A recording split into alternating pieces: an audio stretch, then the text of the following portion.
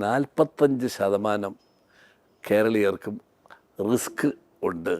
ആ റിസ്ക് ഏതൊക്കെ തരത്തിലുള്ള ഡയബറ്റീസ് എത്ര ശതമാനം എന്ന് വെച്ചാൽ 13.8%, പ്രമേഹ രോഗം ഹൈപ്പർ ടെൻഷൻ 13%, പ്രമേഹം 8.3%, ഇത് രണ്ടും കൂടെ 6%. ഇത് ഇങ്ങനെ കൂടി വരുമ്പം yearly detection using artificial intelligence ഒരു വലിയ സഹായിയാണ്. അപ്പോൾ 5 വർഷത്തിന് മുമ്പേ നമുക്ക് ഡയബറ്റീസ് കണ്ടുപിടിക്കാം, 5 വർഷത്തിന് മുമ്പേ പ്രഷർ കണ്ടുപിടിക്കാം, ക്യാൻസർ, അറ്റാക്ക്, ഈ കൊറോണറി ആർട്ടറി ഡിസീസ്, ഇതെല്ലാം ഇയർലി ഡിറ്റക്റ്റ് ചെയ്യാൻ AI അത്യാവശ്യമാണ്. ആർട്ടിഫിഷ്യൽ ഇൻ്റലിജൻസ് വെച്ച് വയസ്സായ ആളുകൾക്ക് പ്രത്യേകം ഒരു കെയർ കൊടുക്കാൻ പറ്റും. കാര്യം അവരെ ഹോസ്പിറ്റലിൽ കൊണ്ടുപോകാതെ റിമോട്ട് മാനേജ് ചെയ്ത് അവർക്ക് സെൻസർ ഫിറ്റ് ചെയ്യും ബോഡിയിൽ.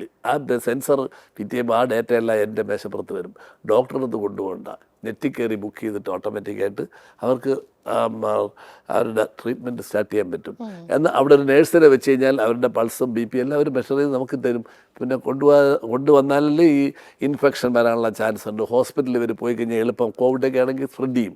അപ്പം ഇങ്ങനെയുള്ളവർക്ക് ഇതൊരു വലിയ അനുഗ്രഹമാണ്. ഏത് AI.